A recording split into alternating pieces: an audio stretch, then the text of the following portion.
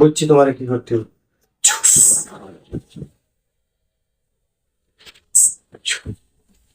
কাকাকের মতন বলছি,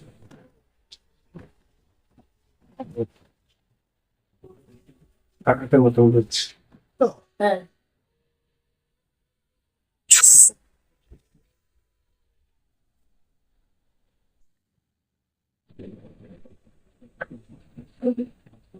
এই যে আমি আসতেছি, তুমি বসো, আমি আসতেছি। এই যে আমি আসছি।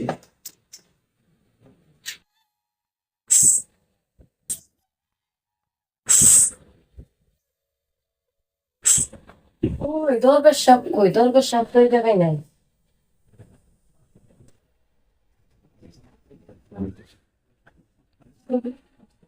এই যে আমি আসতেছি, তুমি বসো, আমি আসতেছি। এই যে আমি আসছি। আসসালামু আলাইকুম। ওয়ালাইকুম আসসালাম।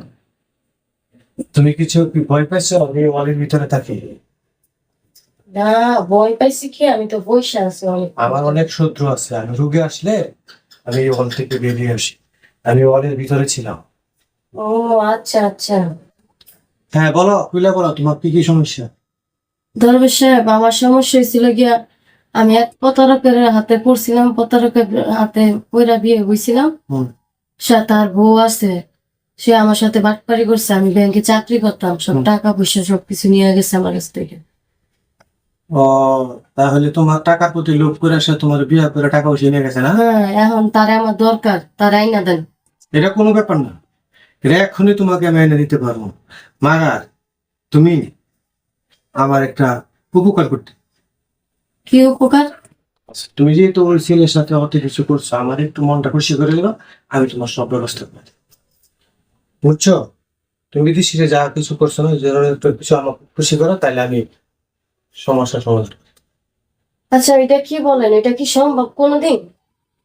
আরে বাবা, তুমি তো আমার কাছে সবকিছুই করছো, তা আমার সাথে করলে তো তোমার কোনো সমস্যা নেই।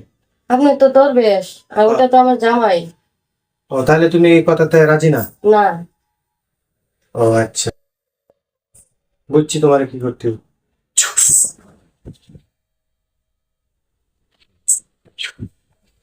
কাকাকের মতন বলছি,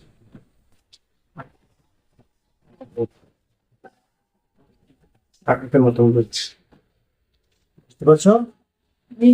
কি বুঝতে পারছো? এখনো সময় আছে, তুমি রাজি হলেও তাহলে কিন্তু বুঝতে পারছো। এই যে, বুঝতে পারছো, আমি কিন্তু দুনিয়া থেকে জি। সরাই দিছিলাম, দুনিয়ার থেকে সরাই দিছিলাম, আর ছিল না, আবার তোমাকে নিয়ে আসছি। এখনো